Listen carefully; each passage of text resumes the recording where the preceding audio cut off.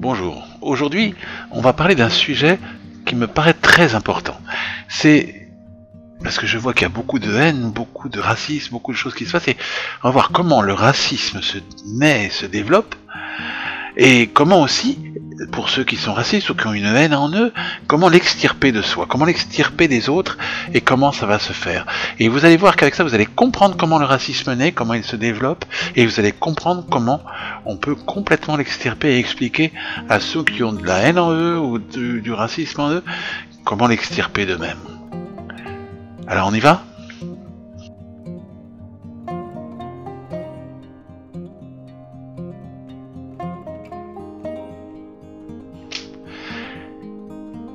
Le racisme, il est en 4 phases. C'est un petit peu comme une plante, une mauvaise plante. Comment elle va pousser? Première chose, le bulbe du racisme. Le bulbe du racisme, c'est très simple. C'est le 1 qui devient généralité. Par exemple, les gens disent tous les juifs sont riches. Alors ils ont vu un juif riche, 2 juifs riches, 3 juifs riches, ils ont dit tous les juifs sont riches. Ou les gens disent tous les arabes sont des voleurs. Ils en ont vu 1, 2, 3, 100, et ils disent tous les arabes sont des voleurs. Alors si je vais par chez le boulanger qui fait du mauvais pain, et je veux dire tous les boulangers font du mauvais pain. Vous voyez, ce sont des choses qui viennent comme ça, une généralisation qui vient et qui est stupide, parce que n'importe qui peut savoir que il y a des juifs qui sont pauvres, qui ne sont pas riches du tout, il y en a plein. Il y en a plein qui vont dans les différentes associations pour les pauvres. Il y a des millions de juifs pauvres, il y a des millions d'arabes qui sont complètement honnêtes, qui n'ont jamais volé une épingle. Et alors cela on les regarde pas, on regarde que ceux qui ont volé, on les définit tous par ceux qui ont volé, ce qui est quelque chose d'horrible. Vous savez, c'est comme il y avait des gens qui étaient de la cité de Montaigu qui étaient contre les gens de la cité du Capulet. Ça se passait à Vérone. Bon, on passe sur Shakespeare. Et simplement, les gens disaient ceux de la cité Capulet, c'est des bâtards. Ceux de la cité Montaigu, c'est des bâtards. Ils se bagarraient entre eux. Puis un jour, il y en a un qui est devenu amoureux d'un garçon de la cité Montaigu qui est devenu amoureux d'une fille de la cité Capulet. Bon, l'histoire, c'est pas bien fini, mais c'est quelque chose qui existe depuis la nuit des temps. Entre cités, entre villes, les gens peuvent se détester, entre pays. Vous avez des gens, par exemple, qui sont de l'OM, qui détestent ceux qui sont les supporters du Paris Saint-Germain.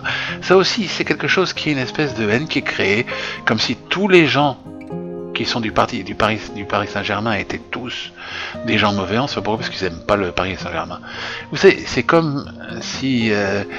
je vous disais, cette généralisation, elle est stupide à un tel point. Si je vous dis, par exemple, tous les corbeaux sont noirs. Bon, bah alors vous allez dire, oui, il a raison, tous les corbeaux sont noirs. Parce qu'on n'a jamais vu un corbeau bleu ou vert.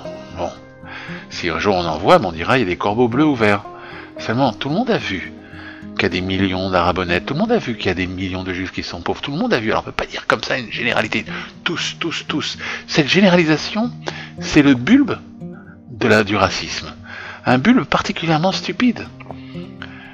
C'est une acceptation en plus qui est complètement aveugle. Lorsque les gens disent tous, c'est complètement aveugle. Ils voient plus rien, ils voient que les gens qui sont voleurs, ou que les gens qui sont riches, ou que les gens... Et ils voient pas tout ce qui est le reste. Il y a une identité d'à peu près tous les humains, vous savez, c'est quelque chose qui est statistique. On ne veut pas avoir que tous les humains soient tous riches, ou toute une spécialité d'humains serait riche, ou toute une spécialité d'humains serait voleur, ou toute une spécialité d'humains serait stupide, je ne sais pas. C'est quelque chose qui, en soi, est quelque chose qui n'est pas quelque chose de normal. Si vous avez étudié la théorie des ensembles, on dirait, voilà, il y a un ensemble des gens qui sont voleurs, il y a l'ensemble des gens qui sont de telle ou telle population. Alors, est-ce que ces deux ensembles, ils ont ce qu'on appelle une intersection, c'est-à-dire qu'il y en a qui sont à la fois de cette population et qui sont aussi voleurs. Alors, on va dire, ça c'est l'intersection, mais tout ce qui ne fait pas partie de cette intersection, eh ben, ne sont pas voleurs, ou ils ne sont pas de cette population. Voilà, c'est une intersection entre deux ensembles. Alors, une personne ne peut pas définir l'ensemble. D'accord? Ça, c'est la première chose, c'est le bulbe du racisme. Mais le racisme, il est dans un terreau. Il est dans un terreau. C'est-à-dire que, dans l'histoire, si vous voulez, lorsque les gens disent les juifs sont riches, c'est parce que à une époque, on avait empêché les juifs de faire ce qu'ils avaient l'habitude dans leur pays, dans l'Antiquité, et on les a obligés à être des usuriers, en leur interdisant de faire tout autre métier. Alors c'est devenu une espèce d'habitude de penser que le juif doit être obligatoirement un usurier. Et on les avait obligés à ça, puis on les a accusés.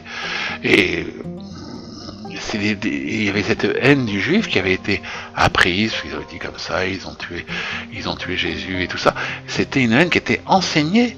Et ça, c'est quelque chose dont on va reparler tout à l'heure. Il y a eu des guerres. Vous savez, on dit que les Arabes musulmans sont allés jusqu'à Poitiers. Il y a eu des guerres entre des populations, entre les populations chrétiennes et musulmanes, qui se sont passées en Europe, et de là est restée encore une espèce de haine, de séparation. Tout ça, c'est le terreau qui vient du passé. Même, par exemple, le terreau, les gens qui s'opposent entre PSG et OM. Alors, c'est très simple, vous avez le PSG, ça représentait la population du nord du pays, qui avant parlait une langue différente de celle du sud du pays. Le sud du pays, on parlait la langue d'Oc, et dans le nord du pays, on parlait la langue d'Oïl. C'est-à-dire que ça fait deux langues complètement différentes. Il y avait une opposition qui était différente entre le nord, les gens du nord et du sud. Il y avait presque deux France. Et donc, ça a fait qu'il y a eu cette séparation, et ce qui fait qu'aujourd'hui, les gens, ça se met surtout OM et PSG, comme si c'était les deux, il n'y avait pas d'autres pays, il n'y avait pas d'Étienne, il n'y avait pas autre chose. Donc, vous voyez, et il y a aussi lorsque les gens disent, tels par exemple les Montaigu, les gens de la cité Montaigu, c'est des bâtards, etc. Parce que c'est une espèce d'identité qui se fait. Lorsqu'il y a une absence d'identité, elle peut se faire par le rejet de l'autre. C'est-à-dire, je suis ça parce que je ne suis pas l'autre. Vous voyez? Et c'est une espèce d'identité, alors que chacun, il a une identité, il a des choses merveilleuses en lui, et c'est parce qu'on n'a pas montré aux gens le merveilleux qu'il y avait en eux, qu'ils se mettent à créer une identité qui ne correspond alors pas à leur merveilleux. C'est-à-dire que c'est une identité qui est basée sur une espèce de haine, et que cette identité qui va dire je suis moi de la cité de Capulet, et je déteste les gens de la cité de Montaigu, c'est une identité qui ne vaut rien en soi. Et on perd le bénéfice de l'identité vraie qu'on a, qui est extraordinaire, parce que chaque personne, comme vous le verrez dans d'autres vidéos, a des choses extraordinaires à révéler. Vous le verrez dans d'autres vidéos, et vous verrez que même j'explique comment trouver ce qu'on a d'extraordinaire. Alors ça, c'est le terreau. Donc on a vu le bulbe dans lequel cette mauvaise herbe du racisme va naître, on a vu le terreau, et maintenant on va voir l'élément déclencheur. Comment ça se déclenche la folie raciste? Eh bien c'est une émotion. En fait, le racisme, il se déclenche grâce à une émotion. Il y a un artiste de cinéma qui a raconté qu'un jour, il a un copain qui s'est fait tuer, je crois, par des Noirs américains. Lui, c'est un acteur blanc américain. Et d'un coup, il a raconté qu'il avait eu une haine et qu'il avait envie de tuer des Noirs, etc. dans la rue. Tout le monde lui a reproché d'avoir dit ça. Mais en fait, je trouve qu'il y avait une honnêteté. Il a vu un processus en lui de haine qui est né. Et il a expliqué ce processus qui est né en lui. Il est né par une émotion. Le processus de haine, il naît par une émotion qui est souvent d'ailleurs créée par les médias, lorsqu'ils vous montrent une photo d'un enfant qui est mort, ou lorsqu'ils vous montrent quelque chose qui semble être une injustice. Alors les gens vont dire cette injustice, elle vient de telle et telle personne, et donc on va créer une espèce de haine, et cette haine va s'auto-alimenter. C'est l'émotion qui est l'élément déclencheur. Moi, je me rappelle d'une patiente qui était tout à fait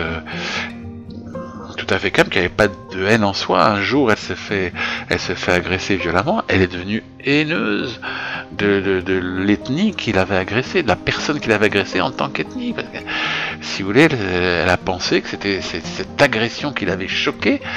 Elle avait cette sortie, si vous voulez, par la haine. Elle faisait une espèce de catharsis par le biais de la haine. Et c'est quelque chose qui n'est pas une bonne catharsis. Alors ensuite, donc là on voit l'élément déclencheur. L'élément déclencheur, c'est pratiquement, quand il y a un acte mauvais, c'est pratiquement la plupart du temps c'est une émotion. Quelquefois, cette émotion, elle est conservée, elle se rajoute à d'autres émotions, ce qui fait que ce racisme s'auto-alimente. Ensuite, il y a l'engrais du racisme.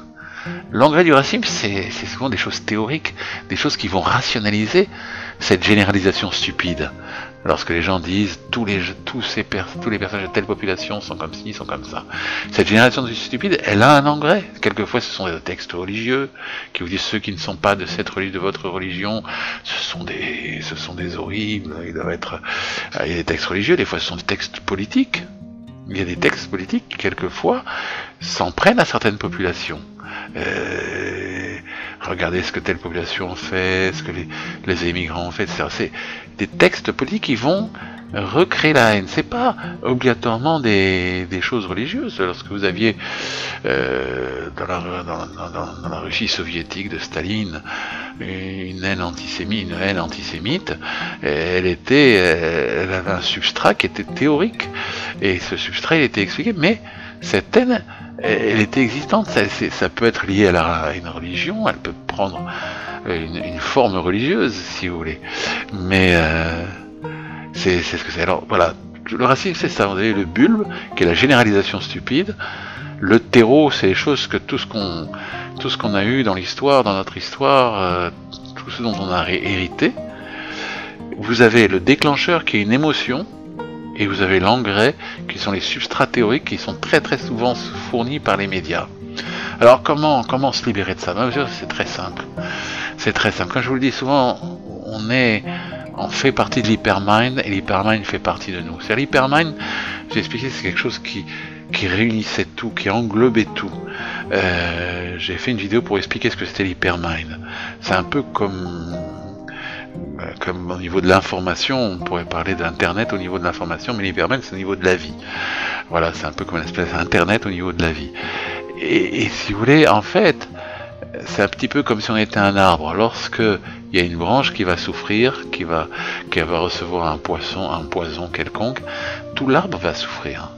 Même si c'est une petite branche, si dans votre corps, n'importe où, il y a un poison qui est reçu, comme ces flèches empoisonnées, etc., eh bien tout le corps, même si c'est un petit doigt, même si c'est n'importe quelle partie du corps qui va recevoir ce poison, tout le corps risque d'être empoisonné. Et de la même manière, pour une bonne chose, lorsque vous avez une injection d'un bon produit, ou lorsqu'on vous passe sur la main une bonne huile essentielle qui va vous faire du bien, qui va pénétrer à l'intérieur, eh bien aussi ça va guérir, ça va être quelque chose de bien. Donc on est tous reliés par cet hypermind dont je parle si souvent. Et donc faire du mal à l'autre, c'est, si vous voulez, se faire du mal à soi du fait de cette liaison. Voilà, pensez-y. J'espère que j'ai été assez véhément sur le racisme, et éliminez toute haine de vous, même des petites parcelles. À bientôt.